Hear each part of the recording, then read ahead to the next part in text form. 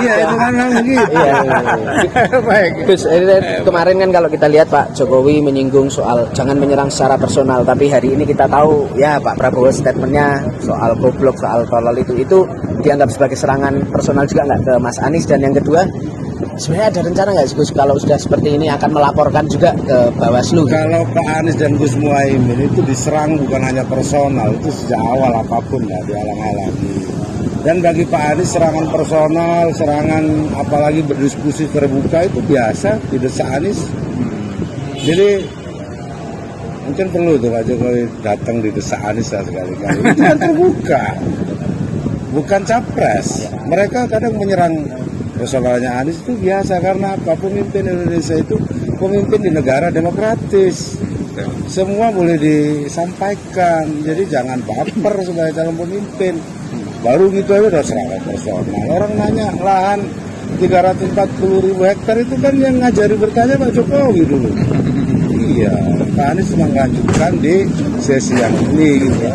Jadi nggak ada lah kalau istilah personal apa, semuanya terbuka di negara demokrasi yang nggak boleh melanggar hukum. Walaupun sampai dikatai tadi ada kata-kata tolol lah, goblok lah itu enggak. Ya itu pasti dirinya mengatakan dirinya sendiri. Ya masa ada pertanyaan bodoh? Nggak ada, pertanyaan itu netral. Orang bertanya itu pertanyaan bodoh, pertanyaan goblok, mungkin dia yang nggak bisa menjawab. Tapi Gus nggak Gus umpatan seperti itu keluar dari capres? Kayaknya sudah nggak pedulikan etik deh. Kayaknya udah nggak peduli etik, kan nggak bisa menjawab. Kalau setiap pertanyaan yang bernada mempertanyakan etik tidak bisa jawab. Kayaknya kapasitas etiknya memang perlu biarlah publik yang menilai. Tapi setiap pertanyaan etik nggak bisa dijawab. Malah terakhir jawab, Anda nggak berhak mempertanyakan soal etik karena Anda bukan orang yang beretik.